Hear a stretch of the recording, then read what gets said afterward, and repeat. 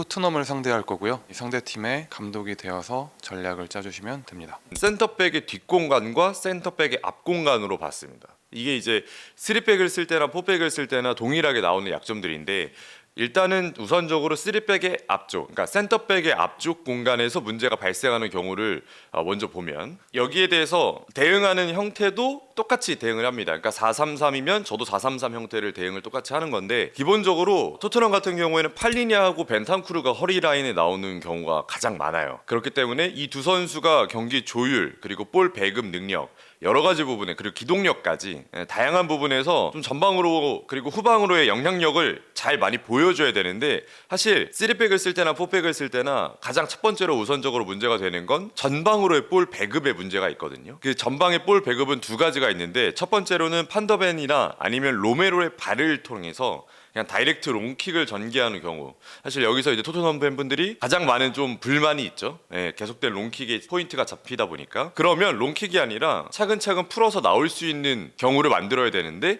문제가 되고 있는 게 팔리냐와 벤탄쿠르의 전방 패스 능력에 대한 문제예요. 사실 이 두 선수가 패스 공급에 탁월한 능력이 있는 선수들은 아니다 보니까, 그래서 저의 대응법은 이 두 선수에게 맨투맨을 붙입니다. 실제로 토트넘을 상대하고 있는 프리미어리그 팀들에서 많이 하고 있는 방식이고, 여기서 하나 추가를 한다면 허리 라인과 센터백 라인, 이 4명 선수에게 큰 부하를 주도록 노력할 것 같아요. 그러니까 쉽게 말해서 오른쪽 윙어로 보고 있는 선수를 안쪽으로 좁히고, 그 다음에 스트라이커를 볼 수 있는 선수가 센터백을 봐주고, 그 다음에 오른쪽에는 포로가 나오는 경우가 많아요. 포로에 대해서 마크는 왼쪽 윙어가 가져감으로써 이런 식으로 맨투맨을 붙일 것 같습니다. 그러면 왼쪽에 있는 우도기가 비어지게 되는데, 우도기는 그냥 놔둘 것 같아요. 우도기를 그냥 놔두고 세컨볼에 대한 수적인 우위 상황을 중앙 쪽에서 계속 가져가도록 유도를 할 것 같습니다. 이 이유는 왜냐면, 이 센터백, 특히나 로메로, 판더벤에게까지 압박이 강하게 가져갈 때는 비카리오에게 볼이 떨어지게 될 수밖에 없거든요. 쉽게 말해서 비카리오가 볼을 전개하는 과정, 토트넘 같은 경우에는 후방 빌더 비카리오, 그리고 판더벤, 로메로, 이 세 명의 조합에서 출발이 되고, 그리고 포로가 이걸 도와주는 역할이에요.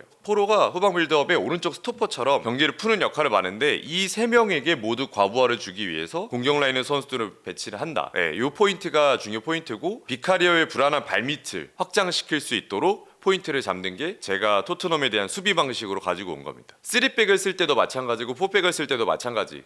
동일한 패턴으로 나오고, 오히려 저는 3백이면 더 땡큐예요. 이게 단소가 되고 로메로가 되고 판더벤이 되거든요. 그러면 포로일 때보다는 단소일 때가 훨씬 더 압박을 당했을 때 대처하는 능력이 떨어지기 때문에 이 3명의 센터백에 대한 고정 프레싱을 가져갈 것 같고, 3백일 때는 포인트를 잡는 건 단수에게 잡고, 4백일 때는 우도기에게 포인트를 잡는다. 이게 전방 압박할 때 포인트가 되겠습니다.